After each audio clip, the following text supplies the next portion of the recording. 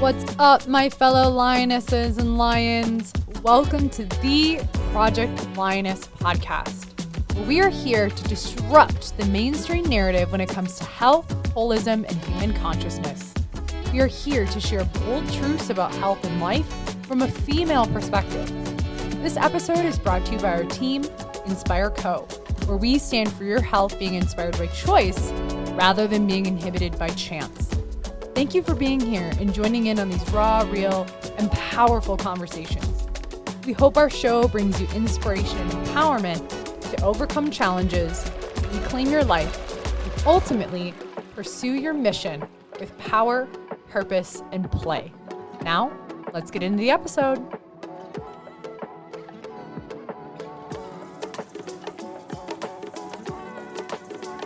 All right, you ready? Show it. What's up, y'all? Hey, hey, hey. Hello. It is Project Lioness again, obviously. This is Dr. Mel. Ash, oh no, you go first, my bad. We could break patterns. I went first last time. You go. What up, it's Ashley. And Jess. And Aaron. Jesse didn't sing. Oh, hello. Hello. And we are here today to talk about setting goals and setting intentions that align with your biology and not just setting goals for goals' sake. So if y'all didn't listen to the previous episode, we have Aaron, Dr. Aaron on as our special guest in these couple episodes because she is here interning with us at Inspire Life and soon to gestate, create, birth something into the world. Ooh. Yeah. Ooh. Yeah, baby. Labor pain. So in this episode, we are going to expand a little bit from the previous episode and talk about setting goals and setting intentions. And this conversation was inspired by Jess and I saw this, I don't know, do you remember what it was that we saw that inspired this conversation about like biology and New Year's hype? Yeah, so many things right after the New Year's. I just had like all of my clients, all of my close friends sending me videos of like, when is it actually appropriate to make New Year's resolutions at this time? But there was one specific video where they were like, why would you make goals in the dead of winter? Yeah. Like nature ain't making goals. Right? So Jess and I were inspired to talk about this, and we wanted to bring the lionesses and our audience in on this conversation because it can be so programmed and the pressure of like, it's January 1st and so therefore you must have resolutions, when in reality it's just a day out of the year. And all of us in Minnesota, like we live in Minnesota and it's fucking cold, and oftentimes there's a desire to slow down, to go inward, and so it's not always natural or innate to like have this fiery energy to like set new goals and do new things. And oftentimes you see after January, now it's February, depending on when you're listening to this podcast, some of that's kind of like fizzled out because we're not in alignment with our biology. So that's what we're here to jam on today. We're also here to invite the conversation of looking at how do we set goals in alignment with our cycle? If you're someone who has a cycle, a menstrual cycle, and how do you set goals and intentions that are in alignment with like the rhythms of nature? Because we are extensions and beings of nature. And we are biology, and there's a way that you can play with that and trust the ebbs and flows of life, trust the ups and downs that is more in alignment with our biology and with the environment. Yeah, so if you made goals come January 1st and now it's springtime and you're like, well, shit. I feel like crap because I didn't get any of them done, or like I had all these good intentions and I just didn't get them done. Like, that's craziness. You could still make goals. Now your goals might even be more clear because like the darkness in the winter, the time of contemplation is coming to an end here. Our days are getting longer, and so if you're ready to make goals, like you don't have to start on January 1st. You can start now. Yeah, you can start whenever really, and we're also here to speak to like, it might be nice to consider aligning with your own biological seasons of your cycles, and we're going to get into that. And it might be nice to consider aligning that with the environment, as we said. And again, you can set goals whenever, and sometimes aligning with what nature's doing can make it a little bit easier. It can make it a little bit more, you're in support, right? You're not just like, I'm out there and I'm going to the gym, and like that's actually not in alignment with me. Something that I think about for myself in setting goals is also knowing what your values are, knowing what aligns with you, and not just setting goals because the culture says that like you should do this, you should lose weight, you should eat this way, and you should blah blah blah. It's like, well, does that actually matter to you, and is that getting you closer to what you want? So I'll share a resource later in this, but really knowing your values, like what are your values, what matters to you and not anyone else, and being able to set goals and intentions from that space. Versus like, well, it sounds like I should go to the gym 5 days a week. And it's like, yeah, but is that actually like what you desire? Like, what is it? What is your ultimate purpose? Right. On that note, I feel like setting realistic goals is important too. Like it piggybacks right off of that. If you're a person who's just setting goals because you think that you should, then you're probably setting an unrealistic goal, right? You're making it even harder for yourself to actually achieve the goal because one, it doesn't align with what you want, and two, you're setting like a lofty goal, right? You can't be a person who's, let's say you're kind of a couch potato, you aren't really an active person. Well, you're not gonna run a marathon next week. It's not gonna happen. So when 7 days go by and you're like, man, I can barely run around my block, well, we should probably rein it in a little bit, right? Like. Yeah, and I think before we get too far into what is right and wrong and what we should be doing, but options for what you could do and how to approach it, let's talk about why we would make goals at all. What's the point of making goals when you're, why? I mean, for me personally, I could go into like the neuroscience of this too, but having something that allows me to like straighten my arrow, so to speak, in the Zen wellness mastery training that I'm doing, having that intention in the mind and being able to sharpen my focus really helps me stay in alignment with my values, which is where I feel most inspired and most fulfilled. And it's also natural tendency as human beings who were part animal and we have a prefrontal cortex. It is very natural for us to go into seeking behavior. And I don't mean seeking from a bad perspective or like a negative perspective, but we innately do desire to grow. And, whether we talk about plants or animals, like they all have intentions biologically wired into them that align with their purpose, and they have goals of the day, but they don't need to think about it, they just act upon it. So for me personally, setting goals helps me stay in alignment. It helps me stay disciplined. It helps me stay focused. And to be honest, I feel like I'm at the point where I know what my goals are because it's so innately in tune with my purpose and my vision, where the goal setting of like the 30,000 foot view versus the 3 foot view, as Ashley was saying, like, okay, if you want to run a marathon, what does that look like, right? You got to start with running a block, right? So it helps me as a visionary disintegrate that down into like, what are baby action steps I can take every day that allow this greater vision to expand? Otherwise, like I can get so visionary, and having those road benchmarks is what I'm trying to say, can give me feedback that I am on a track that aligns with that vision and purpose. So that's my answer to your question, Jess. So your goals serve as like a stepping stone to like your greater purpose, your Yes. greater idea. Like, Yes. And you touched a little bit on what my answer would be, and it's just that I don't want to be stagnant, right? As a human being, I believe deeply that humans are meant to be constantly learning, constantly evolving, growing, reaching, and that doesn't mean the same thing for everyone, right? It doesn't mean that growing is the same for every person, but whatever it means to you personally is what it is for me, right? I want to learn more, I want to grow more, I want to experience more, and to do that I have to set goals so I can narrow down what that growth is for me. Have you always been a goal-oriented person? I've been motivated by like doing really well at things because I wanted to impress people and I wanted people to like me, and so I was motivated by that when I was younger. But as I've kind of come into my own person, I've realized that I'm goal-oriented in the sense that I recognize what my values are, like you were saying, Mel, and I recognize that my values are learning and are changing and are adapting to different situations, and I just don't think you can do that if I wasn't goal-oriented. Yeah.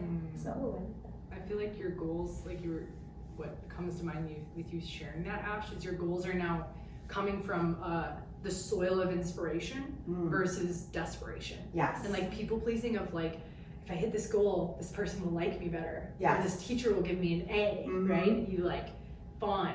versus like, no, this is what inspires me from within. So I love that. I have to share another vision that just came to my mind, because like, this is the soil. Like, you're building from your own shit, not other people's shit. Exactly. Yeah, My fertilizer did it. Fertilizer, Right. not other people's fertilizer.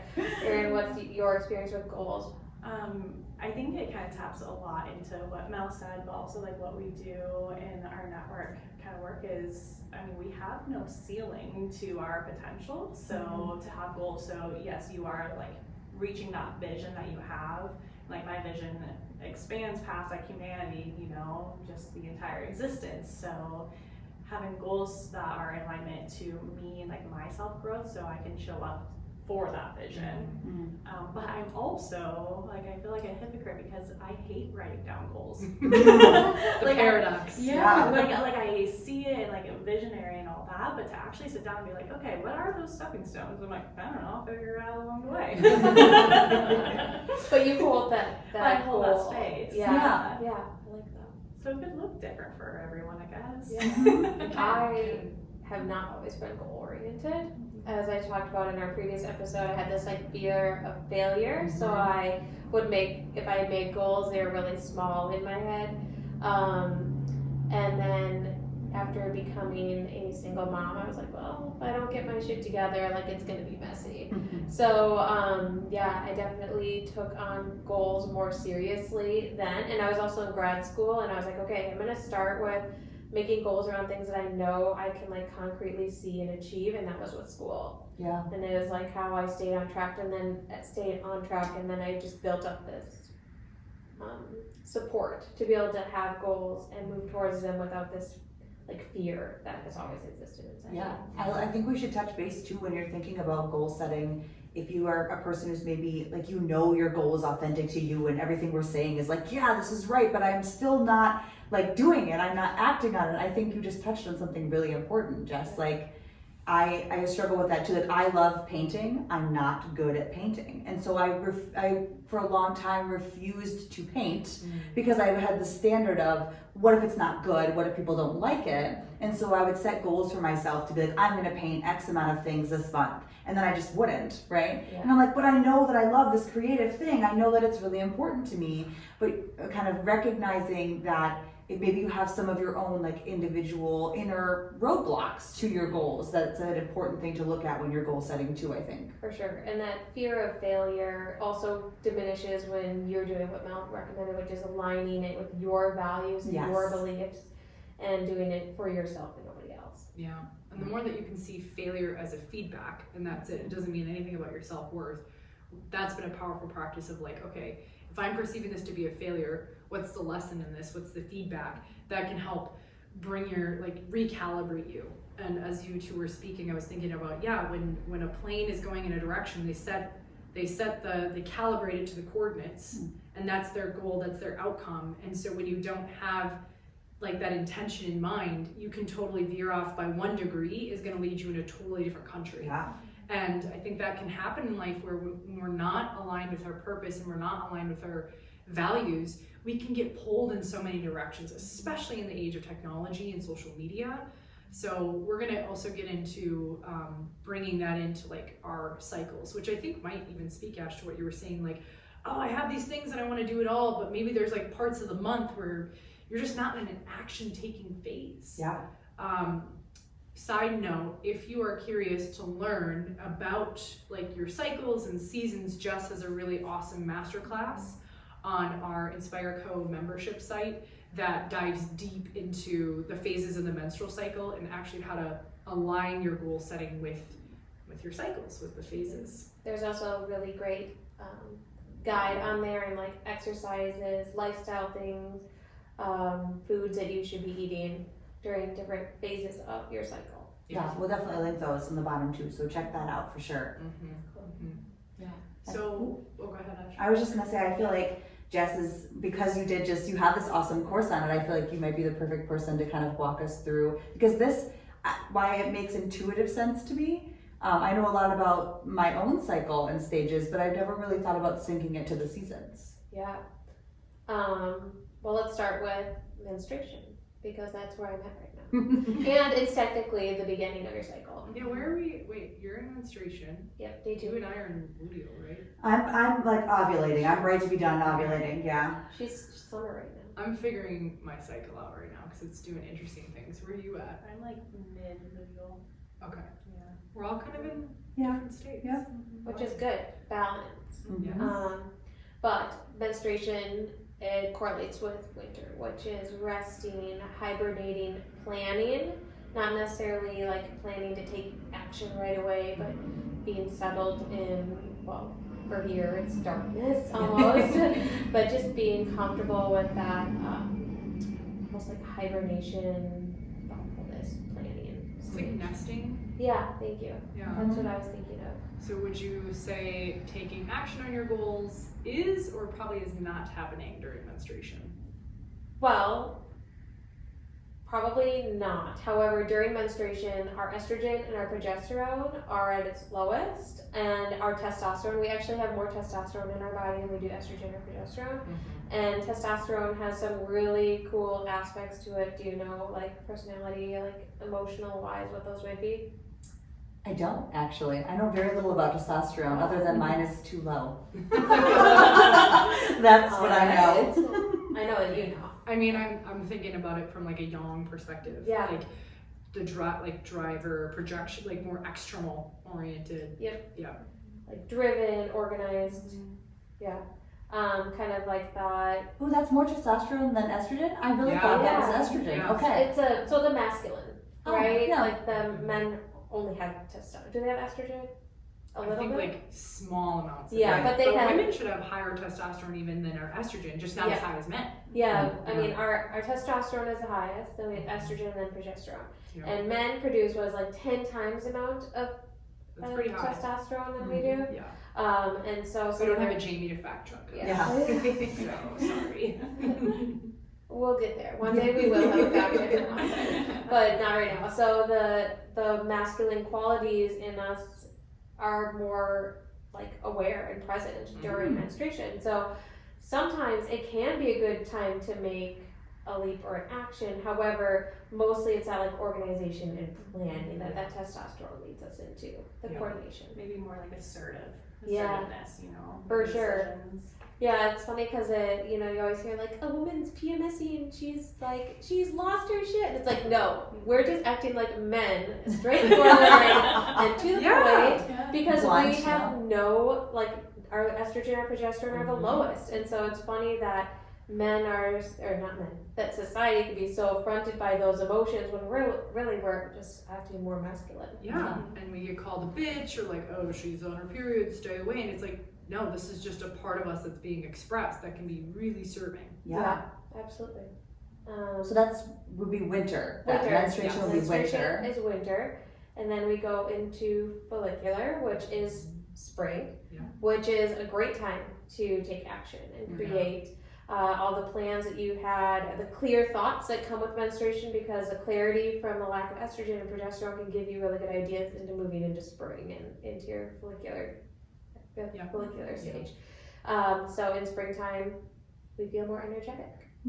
We feel ready to make goals and act on them. Sorry, I was saying it's like the planet is supporting just that. Like yeah. things are growing and it's beautiful and warmer and lighter outside, right? Yeah. And things aren't, like, if you think of your goals, like, along with this process, you're gonna have goals that come to, like, full expression, and then also they kind of, like, die and disintegrate. So if you think of nature, as Ash was speaking to, things are budding through. They're not fully expressed. Like, I think of, like, the flowers coming through the soil. They're like, ooh, I'm here. And you can't see no right now. Yeah. I need you. Yeah. I became a flower. And similarly, just to go backtrack really quick into menstruation, is like that all of the good stuff in nature is happening underground. Yeah. Underneath the surface during menstruation. Yeah. It's not action, it's not obvious to other people always. And what's happening in your body, because we at Project Lioness, we like to speak to, like, the meta, but then bring in like the science and biology and the blend of science and spirituality. What's actually happening in your body is like that egg that did not get fertilized is moving through the endothelial layer in the vaginal canal, which is causing the bleeding and the shedding. So literally there's like parts of you and cells that are dying that then come out as blood, and that's like the winter, the death. Yep. And your body's doing really hard work and honoring that. And essentially like also getting ready for the next harvest potentially. So then as you come into follicular, the endothelial layer of the vaginal canal is starting to grow and bud again. The cells aren't fully expressed. But yeah, it's such a beautiful process of like birth and death. Yeah. Oh, sorry. What do you guys feel like you get done during your follicular stage? Or what are your strengths? What do you love most about that phase? Good question. I wake up with a lot more, and I mean, I normally wake up feeling rested because my sleep schedule is pretty great, but I always wake up like ready to go during follicular phase. I'm like, yeah, excellent. I feel like I can tackle the day a little bit more during follicular phase. Same. Yeah, same. Yeah, I'm trying to think. I'm like, what happened my last couple of follicular phases? I feel like I have like a lot of like empathy for others too, you know, and just like a lot more awareness for my surroundings. That's a good point. I feel like as soon as I bleed, I'm just like, oh yes. Like it's like this download of energy and information in the menstruation phase, but I don't necessarily take action on it. So I feel like as Ash was speaking to in follicular, I'm like, okay, now I feel like I can start, I do start taking action, I think, in follicular. For me, we'll get into ovulation, but this is a good question. And a question for you, audience, to reflect on for yourself. We'll drop some ways of tracking this that work for us in the show notes. But I would say, yeah, what about you, Jess? What's follicular like for you? Oh man, I stopped eating lots of food during follicular because like going into menstruation, I'm like chocolate, and not always just chocolate, but just I feel like I need to be like fed more nutritionally, which you do. Yes. But like when I go to my follicular, I'm like, okay, I see clearly on what I need to be eating, what my lifestyle needs to be to support. Whereas in menstruation, I'm kind of like, I'm just gonna hold myself and like, you know, but with follicular, I could see really clearly the lifestyle things I need to do to stay on track with my goals, with my vision, with my purpose. Yeah, I wanted to say too, when we talk about menstruation, I think what I wanted to touch on was, you said it a little bit, Mel, your body's doing really hard work. So I know there's a lot of, there can be a lot of shame or a lot of like, I should just be able to keep up. Like during one of my follicular phase is happening or when I'm ovulating, I feel great. Why can't I just feel that way? Well, just because kind of like winter under the ground, things are happening, we can't see them. That's what your body is doing. Yeah. Your body is working literally so hard. It is taking resources from every system in your body to move that egg through to shed that lining. So it's not a matter of, while you are able to rest and do those things, there's a lot going on, and there's a reason you feel like you need to rest, right? So I just wanted to point that out too. That's a good point. Like the productivity goes inward. It's like more the yin, and then as we go into like follicular to ovulation, it's more external. So productivity still happens, it just changes. I'm so glad you spoke to that. Well, it reminds me of like spring cleaning, right? You're like making way for change, like making way for like the summer and like the higher energy. So like taking action during the follicular phase like happens. It's just not as robust, like for me personally, as like ovulation is, because I'm just setting that stage. Yeah. So when you're thinking about goal setting, again, menstruation is like planning. And that sometimes that clarity that can be over dramatized because of the lack of like the emotional balance that we get from estrogen, where like I'll have things where I'm like, I need to do this and it's really serious, but then I get into follicular and I'm like, okay, I can see it a little bit more balanced. My estrogen and my progesterone are going up. I'm not as anxious. I'm not as tired, and so I can start to like plan how it's actually going to unfold. And that brings us into summer or ovulation. And ovulation only actually lasts a day or even less. But the effects of ovulation can last like 3 to 5 days, which makes it a phase. So it's usually, will happen anywhere between like day 13 to 15. If again, we are speaking to this as though your system is coherent and balanced. That may not be true for you at this time because of imbalances in your nervous system and your biology. So we are speaking to this as though you're in rhythm and coherent with those biological rhythms of your body. Yeah, and I feel like it might be like 11 to 13. Yes, so there's your you're ovulating around midway through your cycle. So if you have a 28-day cycle, you're properly ovulating on day 14. So that egg is there. It's like, please fertilize me, right? Like it's totally ready to go, right? But the window, and this is oftentimes too when you may feel like your sex drive increase, like it's actually right before you're ovulating, right at the end of follicular phase. You're like, yes, let's make a baby, right? Yeah, we you're are panning without shirts on. Exactly. Yeah. We're in the bright coral. That I did. I literally, so that's where I was just a few days ago when I wore a bright orange suit into the pantsuit, mind you, like a jacket and the pants were bright orange. And I told my husband Scott on the way into work that morning, I was like, it's like I'm peacocking. I'm over here, I'm like, check me out, right? Because I had that feel good energy. Yeah, I wasn't picturing a peacock, I was picturing one of those little Amazon birds that like sprays its back wings out and hops around a little bit. 100%, that was me on Monday. But that's like the biology, right? That's the environment, Yeah. right? Like we are sensing into that because ovulation, summer, if you sense into the energy of summer, those of you who live in Minnesota, we get the depth of all the seasons, which is really cool, is like it's fire energy and it's bright. And this is where, as Erin spoke to, you've set the stage and now you're on the stage with the bright orange suit and you're just like, fuck yeah, let's go. Exactly. I find in ovulation, I get like a little sassy, but not menstrual sassy. It's kind of like, hey, like flirty sassy. Like I'll get, my way of flirting is like, I'm not gonna get into it.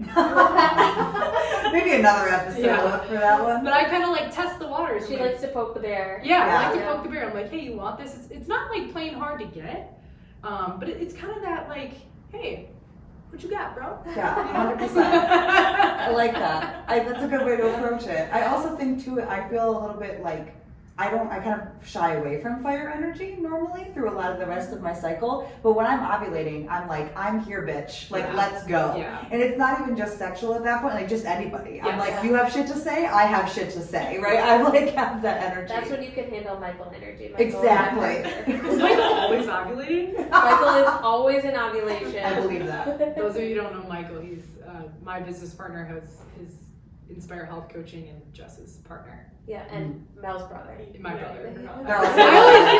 It's funny because we had a business meeting the other day, or like someone came into the office and I was like, this is Michael, this is Jess's boyfriend, this is my brother. It's kind of trippy. Michael's face to you, he was like, you're my sister. Why didn't you just say that? So weird. Anyway, back to, so you're on the stage and you're like, okay, I can actualize these goals. I'm gonna start taking like action. Yeah. It could be a really exciting time. Mm-hmm. And this is where it could be kind of dangerous because we can get caught up in that energy of like, woo, I'm making these goals happen, and it's like day one. So, I feel like during ovulation, because in follicular I've probably done a lot of planning, I feel like ovulation is where the goal comes into 3-dimensional manifestation. Like I almost attract it in, and it's like there. And Ashley and I have noticed in the office, because we like sync and then we're opposite, and it's just like this interesting interplay of our cycles, and there's probably weird stuff's gonna happen after this episode. But we have noticed like client fluctuations too. Yeah. Or scheduling when we're both like close to ovulation. Like this week, there's been, I think, more energy coming in because we were like right on the edge, and now we're both transitioning into luteal. But that's something I've noticed is like, yes, like the doing, but also like because of my magnetic energy in ovulation, it's just happening. Yeah. It's just like boom, happening for me. Absolutely. And so with that attraction, that magnetism, that manifestation happening, then we get to roll into our luteal phase, which is like, okay, you've brought in the energy you need to, you've done the planning, you've created the steps, you've attracted in what you need to attract in, and now you're in your luteal stage, and it gives you an opportunity to really like push through with those goals, and that's fall. Mm-hmm. And that, trying to think what happens in the fall. The trees, well, lose their leaves. Yeah. Your progesterone stays relatively high in luteal, but your estrogen will start to drop. Yep. Mm-hmm. This is like, for me, I can notice my energy kind of withdrawing more and more. Like I'm less, I think I forgot to say this, I'm definitely more social during ovulation. Me too. My capacity for my social nervous system is way greater in ovulation, and you'll notice it in the office where I'm just like fucking wizardry, and then in menstruation I'm like, okay. And all of it serves, right? All of it serves, but definitely the social capacity increases during ovulation. I don't know if you noticed that. Oh, absolutely. Yeah. Even like right now being in luteal, I'm like, all right, my energy's starting to go You're like, down. podcast, Less conversations. Oh no, this is great. There's like a drawing in. If you think of what's happening in nature, is like the leaves have fully expressed, and then they're changing colors, and then eventually there's kind of like, you know, more of a going inward. So. And one of the benefits of estrogen decreasing is like there is an emotional component to estrogen. We need progesterone is highly associated with like mood and anxiety. So when your progesterone is not dropping yet, but your estrogen is, we have a little bit more clarity on taking actions from a less emotional point of view. Well, I feel like this. Sorry, Ashley. No, I feel like the season like helps us determine if our goals are sustainable. Yes. And You, they are, I was pulling that from you there. And if like they aren't sustainable because we're losing energy post ovulation, how do we make them sustainable? Yeah. Right. Are like maybe again, like we said before, are they feeling authentic? I think that's what I was gonna say is during luteal, I really notice I'm like, have I set myself up for something I actually like, or was I like mega ovulation hype? Was I like, this is great, or am I a little bit more clear picture? So again, like I think we talked about menstruation in winter really giving you that clear picture, but I think luteal starts to kind of like lift that cloud of I'm invincible, I can do anything, whatever I want, and it sort of settles into a more real, sustainable way.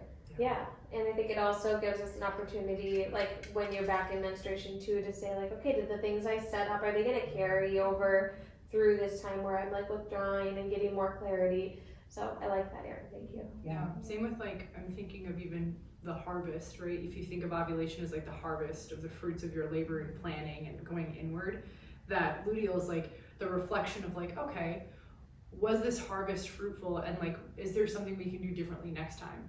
And when we relate this back to goals, again, it's not that your 30,000 foot view is going to happen in one cycle, but it's the 3 foot views. Like if you have goals of maybe reading more books or creating a course, starting a podcast, you know, doing more movement, it's those 3 foot views or even 30 foot views every cycle that you can start to bring in with your cycle, and then see that luteal into menstruation again as a conscious process of like, all right, what didn't serve? Let's allow that to die. Let's like honor that ritual, right? Yeah, I have a question about what you said. So were you saying that menstruation is a harvest or luteal is a harvest? And menstruation is where we see, did that work out? Well, I guess I'm saying reaping the harvest. Yeah, you're right, sorry. So reaping the harvest would is happen ovulation. So like getting the fruits of your labor, essentially. Like we planted the seeds in menstruation, gone inward, and now we're essentially receiving the fruits of that labor in ovulation. And then I'm thinking, as we're receiving the fruits of our labor in ovulation into luteal, there's also a reflective process of like, was this fruitful? Like as Ash was saying, was this sustainable? And as Erin was saying, is this like gonna work for me next time? Are these strategies gonna work for me next time? I like that. Yeah. I want to point out that just because, you know, sometimes I have harder menstruations than other months. I mean, some months just based on maybe I'm busier than I needed to be at a time, like just based on what my work life is like or whatever might be going on in my personal life. So if you're feeling like, man, I was really nailing these goals, they felt really authentic to me. I got to my cycle, I was menstruating and I kind of half-assed them, or maybe I didn't really like nail it like I was before. That's cool. Like you can always get back on the bus. You know what I mean? Like it doesn't mean like, oh, well, you know, as we're speaking to, is it working for me? Definitely ask those questions. Be curious about that and land where you are. But it's also okay to say like, maybe when we're not shooting for perfection, right? We're just shooting for sustainability. So it's okay if maybe you're like, I have a goal to read 52 books this year and I'm nailing it. It's great. But I read a lot less when I'm like, you know, obviously when I'm busy, when I'm social and exciting, I'm reading a lot less. But that doesn't mean that I'm like need to change my goal. What it means is that I need to recognize that there are certain parts of my cycle where I might be more successful at my goal than others, and that doesn't mean that you have to throw the whole book out, right? Yeah. So we're not here to turn you into robots. yes. That made me think about too, like November, we have a lot of gratitude that month. I'm not gonna dive into the other stuff in November and the background of that, but we express a lot of gratitude, right, during fall. So like wrapping up our goals or wrapping up our cycle, the luteal phase and everything, and expressing gratitude for all the things that we did well as well, like along the lines of sustainability. Because even if like we were to fail at some of our goals, it's moving past that failure and recognizing what we all did well at. Absolutely, Yeah, That's and then smart. taking winter to be like, oh, well, I looked at what my goals look like. What do I want it to look like in the future, rather than being like, I need to make new goals now. Like Right. just sitting with that, like that empty space we talked about in the last podcast, applies to more than just our calendar. Absolutely. Yeah. So what we're trying to really share in this conversation is it's okay to have some flex with your goals. It's okay to honor your biology, because that is going to allow whatever it is you're creating to be so much more sustainable. So you don't have to be on all the time. And in fact, I have found, if people are dishonoring to their biology, it just gets fucking harder. And it's common to just like, I'm just going to push through more. I need to be doing more. And it's like, it doesn't have to be that hard. Like, you can work with your system, you can work with your biology. And men, if you identify as male and you have cycles too, they just happen more rapidly in a day. I joke, I'm like, oh, you're ovulating too, Ben. Yeah. So they have rhythms too. And guess what? As Ash was speaking to, if one cycle, you manifest a goal, awesome. If you don't, cool, have grace for yourself. We talked about that in the last episode. Grace is so powerful. Gratitude is so powerful, the attitude of gratitude. And also understand that, like, you just have fun. Like, get playful, stay curious with this. I would recommend, if this is super new to you, look up the book Wild Power. Those authors have created a really fun strategy to track this, and they call it, do you remember what they call it? It's like every day of your cycle, you draw out, not like a typical calendar, but it's a circle, and you write out in like these little pie charts of like, what's my mood? Like, where am I focusing? So really attuning to your energy. We're just giving you a template. There's variability within that. Yeah.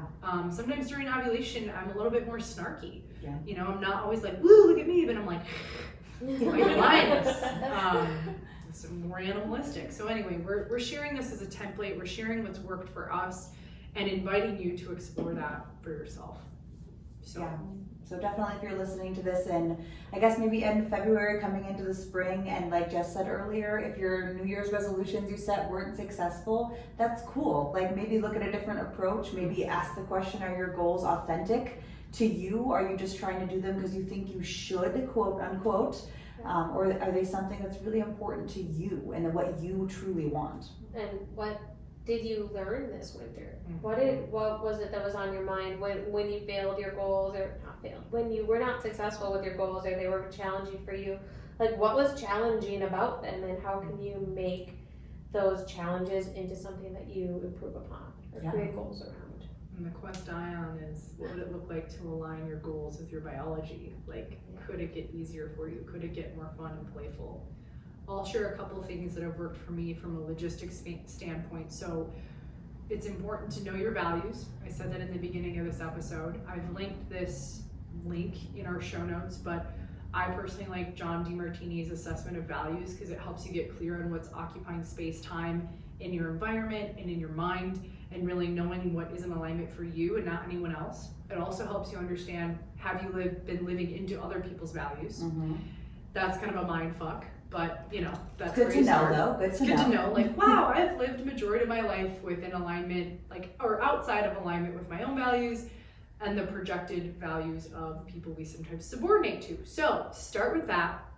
Once you get clear on that, then look at, is there a 30,000 foot view that you have? And again, you don't need to be a visionary to do this, right? We're not saying like you need to conquer the world.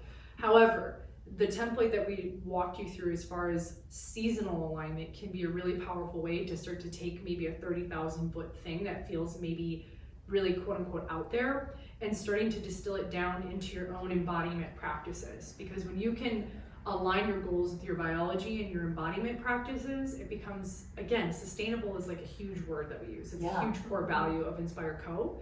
So just inviting you to look at, what are your values? And are there things maybe that you get to start to let die off because it's not in alignment with your values? And then leaning into this process, if you do have cycles, to align your biology so you don't burn out. Because we also are not fans of like burning out at the age of 30. Yeah, and we talked about this in the last episode, but when you're thinking about your goals and your values, you're like, oh, these people have similar goals and values to me. That's great.